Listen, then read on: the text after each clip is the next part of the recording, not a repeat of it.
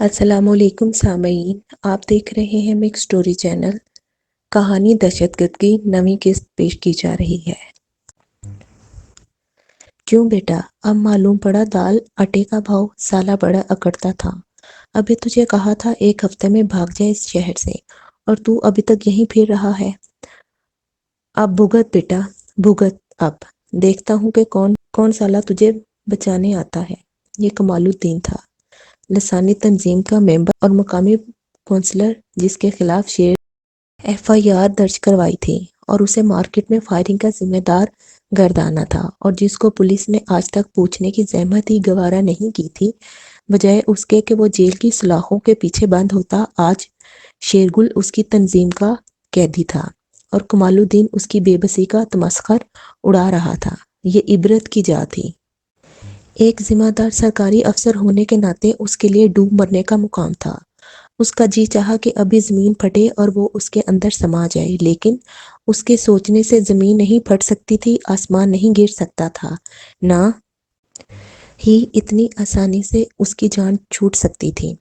اس نے لسانی تنظیم کو اپنی حیثیت میں للکار کر ایسا گناہ کر دیا تھا جس کا کفارہ آسانی سے ادا نہیں کیا جا سکتا تھا۔ اس کے لیے اسے بہرحال ایک طویل اور اذیت ناک عمل سے گزرنا تھا۔ دیکھو میاں، ہم ایک مرتبہ وارننگ ضرور دیا کرتے ہیں، یہ ہمارا اصول ہے، لیکن ہمارے حکم پر عمل نہ کرنے والے کو ہم معاف نہیں کرتے۔ یہ بھی ہمارا اصول ہے جس پر ہم سختی سے کاربند ہیں۔ ہمارے لیے تم جیسے کیڑے مکوڑوں کو جان سے مار دینا اتنا ہی آسان ہے جتنا کہ چونٹی کو پاؤں سے مسل دینا، لیکن ہم تمہیں زندہ درگور کر دیں گے تاکہ تم اپنے ساتھیوں کے لیے مثال بن جاؤ اور اشتہار بن کر اس شہر میں گھومتے پھرو کہ جس نے تنظیم سے ٹکرانے کی کوشش کی وہ اپنے انجام کو پہنچا۔ اس مرتبہ عارف میاں اس سے مخاطب تھے۔ عارف میاں نے یہاں آنے سے پہلے اچھی خاصی چڑھا رکھی تھی، یوں بھی اب اس کا شمار تنظیم کے بڑے گنڈوں میں ہونے لگا تھا، اور وہ اب اپنے بڑے ہونے کا ثبوت دینے ہی یہاں آیا تھا۔ بکواس بند کرو ذلیل انسان، تم نہیں جانتے میں کون ہوں۔ تم سے جو بھی بن پڑے کر گزرو، یاد رکھنا اگر تم نے مجھے زندہ چھوڑ دیا اپنی زندگی کی سب سے بڑی غلطی کرو گے۔ بالآخر شیرگل پھٹ پڑا۔ لاؤ سالے کو، ابھی اس کا مزاج ٹھنڈا کرتا ہوں۔ عارف میاں نے حکم دیا۔ دروازہ کھلا اور تنظیم کے رضاکار اسے گن پوائنٹ پر جانوروں کی طرح گھسیٹتے اس کمرے کی طرف لے آئے جہاں وہ اپنے مجرموں کو سزا دیا کرتے تھے۔ شیرگل کو ایک لوہے کی کرسی پر اس طرح جکڑ دیا گیا کہ اس کے بازو کرسی کے بازو سے بندھے تھے اور ٹانگوں کو زنجیر سے باندھا گیا تھا۔ شیرگل، تمہارے لیے صرف ایک ہی راستہ ہے کہ اپنے استعفے پر دستخط کر دو جو ٹائپ شدہ ہمارے پاس موجود ہے، اور چپ چاپ یہاں سے چلے جاؤ۔ عارف میاں نے ایک کونے میں دھری میز پر رکھی فائل کی طرف اشارہ کیا۔ شٹ اپ، تم یہ حسرت ہی دل میں لے کر مر جاؤ گے کہ اپنی مرضی سے کوئی بات مجھ سے منوا سکتے تھے۔ شیرگل دھاڑا۔ ٹھیک ہے، تمہاری مرضی۔ عارف میاں کے اتنا کہہ دینے کی دیر تھی کہ اس کی پشت پر موجود رضاکاروں نے جلتے ہوئے سگریٹ اس کے دونوں کندھوں پر رکھ دیے۔ شیرگل کے کندھوں پر رکھے انگارے اس کے سارے بدن میں دہکنے لگے، لیکن کمال ضبط کا مظاہرہ کرتے ہوئے اس نے اپنے ہونٹ دانتوں تلے دبا لیے۔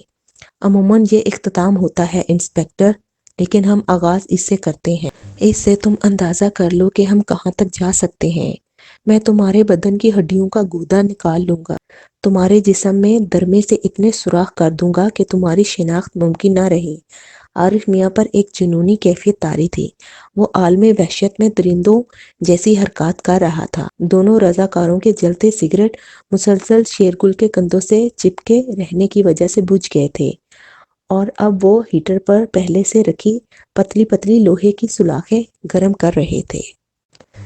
اچانک ہی عارف میاں نے ایک کونے میں دھری میز پر ترتیب سے رکھے سامان اذیت میں سے لوہے کی ایک موٹی سی سلاخ کا انتخاب کیا اور شیرگل کے جسم کو جلترنگ کی پیالیوں کی طرح بجانے لگا، ماہر موسیقار کی طرح جو چھوٹی سی چھڑی سے پیالیاں بجا کر جلترنگ سے آواز پیدا کرتا ہے۔ اس نے بڑی تیزی سے شیرگل کی ہڈیاں بجانا شروع کر دیں۔ وہ شیرگل کے ٹخنوں سے کندھوں تک تمام ہڈیوں پر تیزی سے ہاتھ چلا رہا تھا۔ شیرگل کو اپنا بطن تڑکتا محسوس ہو رہا تھا۔ اس کے حلق سے بے اختیار چیخیں بلند ہو رہی تھیں جس پر تینوں درندے دیوانوں کی طرح کہکے لگانے لگے تھے۔ ان کے کہکے اور شیرگل کی چیخیں اکٹھے بلند ہوتی تھیں اور سننے والوں کے کلیجے پھٹ جانے کا سماں پیدا کرتی تھیں۔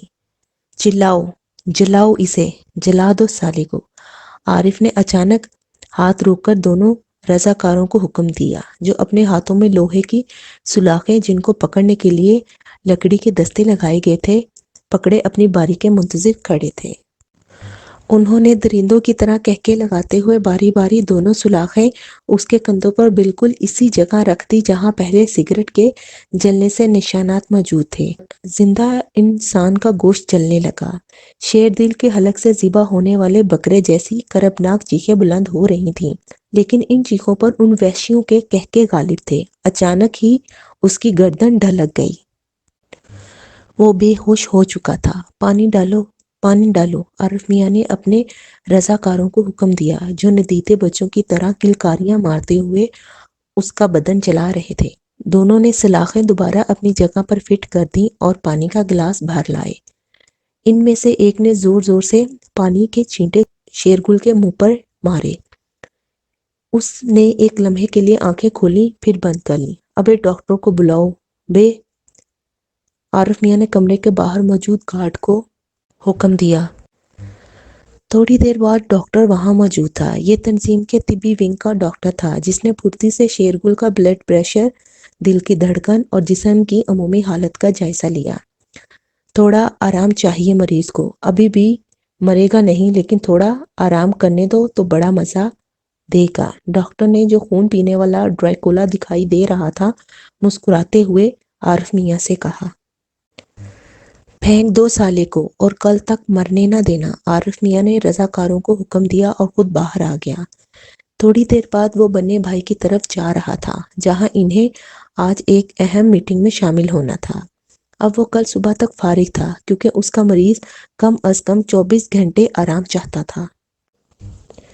شیرگل کو ہوش آیا تو وہ زنجیر کی بندشوں سے آزاد تھا۔ ہوش آنے پہ اسے جسمانی اذیت کے جس عمل سے گزرنا پڑا، اس کے بعد اس کے دل سے دوبارہ بے ہوش ہونے کی دعائیں نکلنے لگی تھیں، لیکن یہ دعا قبول نہ ہوئی۔ وہ ماہی بے آب کی طرح تڑپ رہا تھا۔ بامشکل اس نے کوٹری کے کونے میں دھری مٹی کے گھڑے سے پانی کے پیالے میں پانی اڈیلا اور ایک ایک گھونٹ کر کے پینے لگا۔ یہاں عام حالات میں شاید ایک ہی پہرے دار موجود رہتا تھا، جو اب بے نیازی سے ٹہلتا اس کے نزدیک آیا اور اسے ہوش میں آتے دیکھ کر کسی کو اطلاع دینے چلا گیا۔ تھوڑی دیر بعد وہی ڈاکٹر 2 مسلح رضاکاروں سمیت اس کے سرہانے موجود تھا۔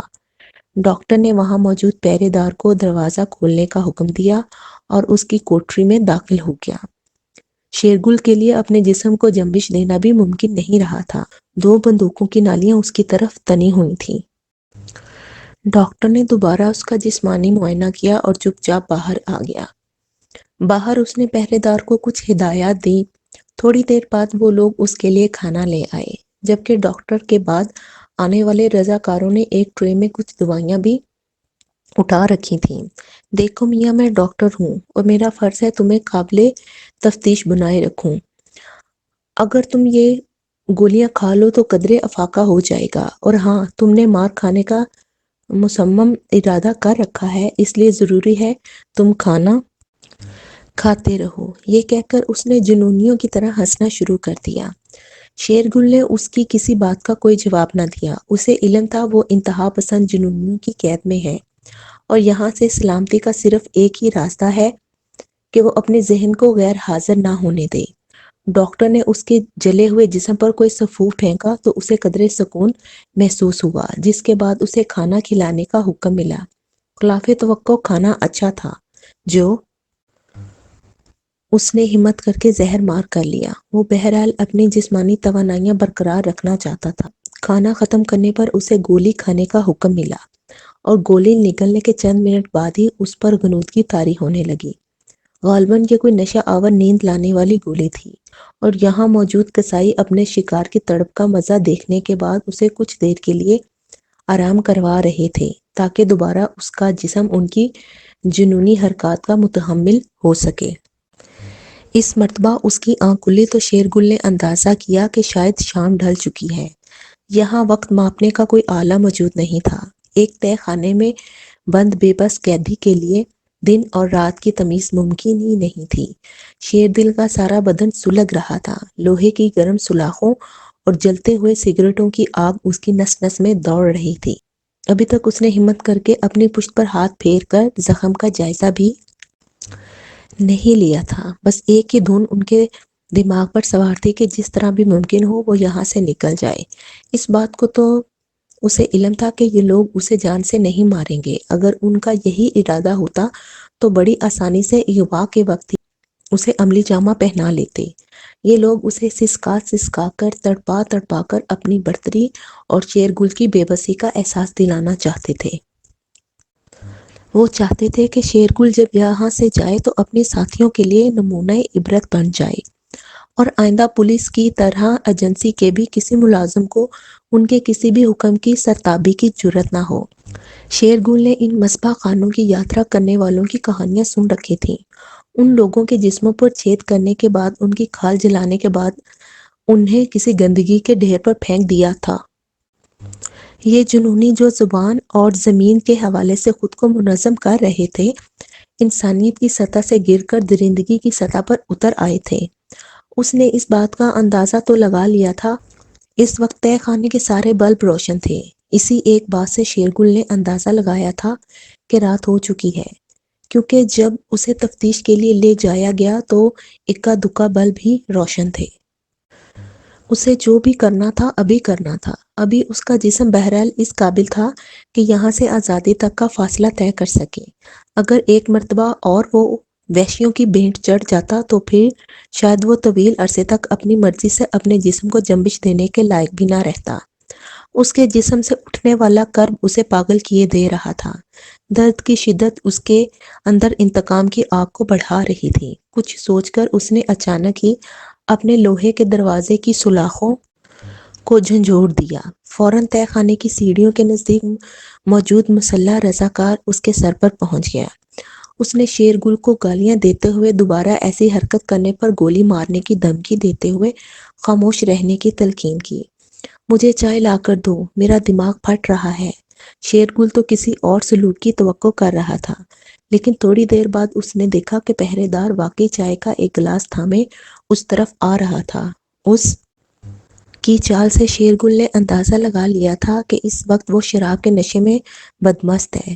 جس وقت شیرگل نے دروازے کی سلاخوں کو ہلایا تھا، شاید وہ اس وقت شغلِ مے نوشی میں مشغول تھا۔ یہ شیرگل کی خوش قسمتی تھی کہ ایسا پہرے دار اس کے حصے میں آ گیا تھا جو تنظیم کا بگڑا ہوا شہزادہ تھا۔ آج چونکہ یہاں اکیلا قیدی شیرگل ہی تھا جس کے کیس آفیسر عارف میاں نے کل آنا تھا، اور اس قید خانے کا اصول یہی تھا کہ یہاں موجود پہرے دار ہی کیس افسر کی موجودگی میں یہاں کا انچارج ہوا کرتا تھا۔ بدمست اور وحشی پہرے دار نے یہ موقع غنیمت جانا، اور وہ شراب کی بوتل کے ساتھ بسر کرنے کے لیے شباب بھی یہیں لے آیا تھا۔ اس جیسے لاڈلے رضاکار کی خدمت کے لیے لسانی تنظیم کی خواتین ونگ میں کئی رضاکارائیں موجود تھیں۔ پہرے دار کے آرام کے لیے بنی سیڑھیوں کے ساتھ ہی موجود چھوٹی سی کوٹری میں وہ اپنی محبوبہ کے ساتھ شغل میں نوشی میں مصروف تھا۔ جب شیرگل نے ہنگامہ کھڑا کیا، ان حالات میں اس کے لیے قیدی کی اس گستاخی کو نظر انداز کرنے کے علاوہ کوئی چارہ نہیں تھا۔ فی الوقت وہ یہی چاہتا تھا کہ شیرگل خاموش رہے تاکہ وہ اپنا گھناؤنا کھیل اچھی طرح کھیل سکے، اور اپنی محبوبہ کو رخصت کرنے کے بعد ہی اسے نمٹنا چاہتا تھا۔ چائے اس نے قیدی کے لیے خود تیار کی تھی۔ جب پہرے دار چائے کا گلاس لے کر وہاں پہنچا تو شیرگل نے بے قراری کا مظاہرہ کرتے ہوئے سلاخوں سے دونوں ہاتھ باہر نکال دیے تاکہ چائے کا گلاس تھام سکے۔ بدمست رضاکار نے سلاخوں سے باہر لٹکے اس کے ہاتھوں کو دیکھا تو غصے سے انہیں ٹھوکر مارنے کے ارادے سے آگے بڑھا۔ اس نے چاہا کہ اپنے بوٹ سے شیرگل کے ہاتھوں پر ٹھوکر مارے۔ جیسے ہی اس کا پاؤں حملے کے ارادے سے اٹھا، اس کے ہاتھوں میں بجلیاں بھر گئیں۔ اذیت اور انتقام کی شدت سے دیوانگی کے عالم میں اس نے رضاکار کے پاؤں کو جھٹکا مارا اور وہ دھڑم سے کمر کے بل زمین پر گر گیا۔ اب اس کے دونوں پاؤں شیرگل کے ہاتھوں میں تھے۔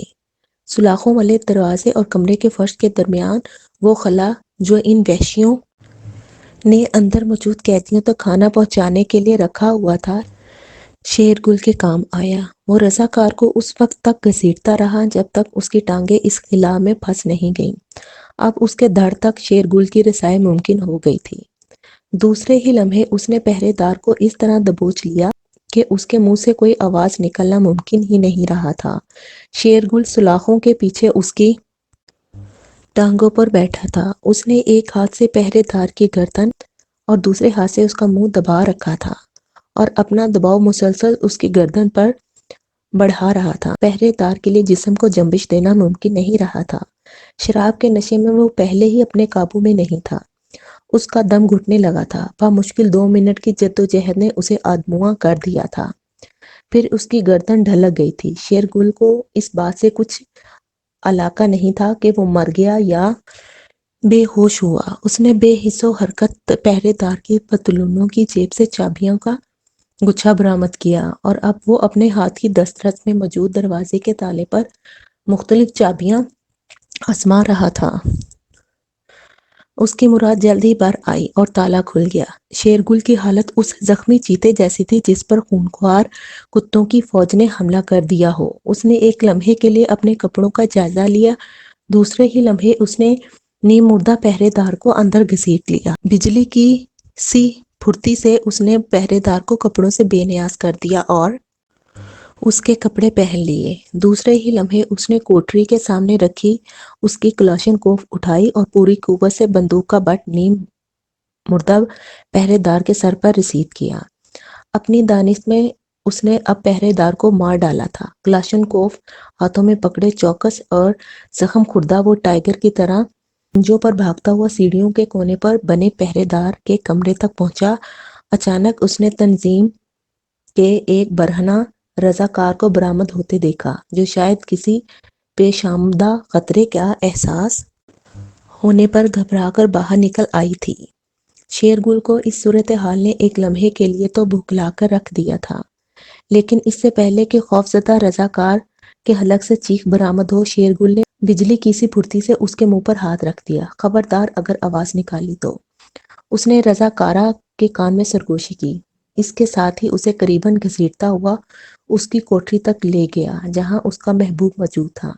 اچانک صدمے اور منہ پر شیر گل کے ہاتھ کے دباؤ سے نازک اندام رضاکارہ جلد ہی اپنے حواس کھو بیٹھی۔ شیر گل نے اسے بھی اس کوٹری میں پھینکا اور کوٹری کو تالا لگا کر چابیاں اپنی جیب میں ڈال کر راہ لی۔ تہہ خانے کی سیڑھیوں کے اوپری سرے پر لوہے کا ایک اور جنگلہ موجود تھا۔ شیر گل کے پاس موجودہ چابیوں میں سے ایک نے یہ تالا بھی کھول دیا۔ اب وہ ایک نیم روشن راہداری میں چل رہا تھا، پھونک پھونک کر قدم رکھتا۔ اب وہ کاٹ کباڑ کے اس ڈھیر تک پہنچ گیا تھا جسے عبور کرنے کے بعد اس نے باہر نکلنا تھا۔ باہر سے آنے والی تازہ ہوا کے جھونکے نے اسے احساس دلا دیا تھا کہ منزل نزدیک ہے۔ وہ مزید چوکس ہو گیا۔ اب وہ اس راستے پر چل رہا تھا جو گراؤنڈ فلور کی طرف جا رہا تھا۔ یہ سارا سفر اس نے اندازے سے طے کیا تھا اور نہیں جانتا تھا کہ اس طلسم ہوشربا سے کس طرح نکل پائے گا۔ ایک دروازے سے جیسے ہی وہ باہر نکلا، سامنے اسے لفٹ نظر آ گئی۔ شیر گل نے آؤ دیکھا نہ تاؤ اور لفٹ میں سوار ہو کر گراؤنڈ فلور کا بٹن دبا دیا۔ دوسرے ہی لمحے لفٹ رک گئی۔ اس نے کلاشن کوف کو فائرنگ کی پوزیشن میں کرتے ہوئے دروازہ کھولا اور نکل آیا۔ یہ ایک طویل برآمدہ تھا جس کے ایک کونے میں استقبالیہ تھا اور دیواروں کے ساتھ ساتھ مریضوں کے لواحقین بیٹھے تھے۔ بندوق کو بازو سے قدرے چھپا کر وہ تیزی سے باہر جانے والے راستے کی طرف چل دیا۔ ابھی تک کسی نے اس پر شک نہیں کیا تھا۔ برآمدے کی سیڑھیاں اترتے ہوئے اس نے ایک ایمبولینس رکتے دیکھی جس سے طبی ونگ کا رضاکار چابی کا چھلا گھماتا باہر نکلا۔ جیسے ہی اس کی نظر اپنی طرف آتے شیر گل پر پڑی، اسے کچھ شک گزرا اور اچانک ہی اس نے شیر گل کو ٹھہرنے کے لیے کہا۔ شیر گل نے اس کی طرف قہر آلود نظروں سے دیکھتے ہوئے رائفل سیدھی کر لی، لیکن رضاکار کو شاید زیادہ ہی غصہ آ گیا تھا یا پھر اسے شیر گل کی طرف سے مزاحمت کی امید ہی نہیں تھی۔ اس نے شیر گل کی وارننگ کو خاطر میں لائے بغیر پستول نکالا اور چاہا کہ شیر گل پر گولی چلائے، جب اچانک شیر گل کے ہاتھ میں پکڑی کلاشن کوف نے شعلہ اگلا اور وہ وہیں ڈھیر ہو گیا۔ شیرگل اڑتے پرندے کو نشانہ لگا کر گرا سکتا تھا، اس نے ایک ہی گولی رضاکار کے سینے میں اتار دی اور اسے سنبھلنے کی مہلت بھی نہیں مل سکی۔ بھاگو شیرگل بھاگو، اس کی چھٹی حص نے چلاتے ہوئے کہا۔ شیرگل نے پھرتی سے گرنے والے کے ہاتھ میں موجود ایمبولینس کی چابی سنبھالی اور زکند بھر کر ڈرائیونگ سیٹ سنبھال لی۔ اب وہ ایمبولینس کو باہر جانے والے راستے پر بھگا رہا تھا۔ ایمبولینس موڑتے ہوئے اس نے دیکھ لیا تھا کہ استقبالیہ سے کچھ لوگ بھاگتے ہوئے ڈرائیور کی مدد کو آ رہے تھے۔ شیرگل نے ایمبولینس کا پہلا موڑ اتنی تیزی سے گھمایا کہ وہ الٹتے الٹتے بچ ہی گئی۔ راستے میں کھڑی 2 موٹر سائیکلوں کو اس نے ٹکر مار کر پرے پھینک دیا تھا اور اب برق رفتاری سے باہر جانے والی سڑک پر ایمبولینس بھگا رہا تھا۔ یہ علاقہ اس کا دیکھا بھالا تھا۔ ایجنسی کے ہر عہدیدار کو سب سے پہلے لسانی تنظیم کے اس ہیڈ کوارٹر میں بھیس بدل کر ریکی کرنے بھیجا جاتا تھا۔ رات ہونے کے سبب ٹریفک کا زیادہ دباؤ نہیں تھا، یوں بھی ایمبولینس کے سائرن سن کر لوگ راستہ چھوڑ دیتے تھے۔ اب اسے اپنے تعاقب کا احساس بھی ہونے لگا تھا۔ اس نے آؤ دیکھا نہ تاؤ اور 3-4 سڑکوں پر ایمبولینس کو گھما دیا۔ اس درمیان پولیس کی گشتی پارٹی پر بھی اس کی نظر پڑی تھی، لیکن شیرگل اب کوئی خطرہ مول لینے کو تیار نہیں تھا۔ ایک قدرے ویران سڑک پر اس نے ایمبولینس روکی، اس کے ڈیش بورڈ پر ماچس کی ڈبیا اٹھائی۔ بجلی کی سی پھرتی سے اس نے ایمبولینس کا بونٹ کھولا، پیٹرول سپلائی کرنے والا پائپ جھٹکا دے کر توڑ ڈالا اور اس اطمینان کے بعد کہ اب مطلوبہ مقدار میں پیٹرول بہہ چکا ہے، کچھ فاصلے سے ماچس کھولی اور اس سے کچھ تیلیاں باہر نکال کر ڈبیا میں پھنسائیں۔ پھر ایک تیلی سلگا کر ماچس کو آگ دکھائی اور آگ کا گولہ انجن پر پھینک کر دیوانہ وار ایک طرف بھاگ اٹھا۔ اس کے تعاقب میں لسانی تنظیم کے طبی ونگ کی ایمبولینس سے شعلے بلند ہو رہے تھے۔ ایسی ہی ایک آگ اس کے دل و دماغ میں بھی لگی تھی۔ اگر اس کو موقع ملتا تو وہ 59 کو اسی طرح جلا کر راکھ کر دیتا۔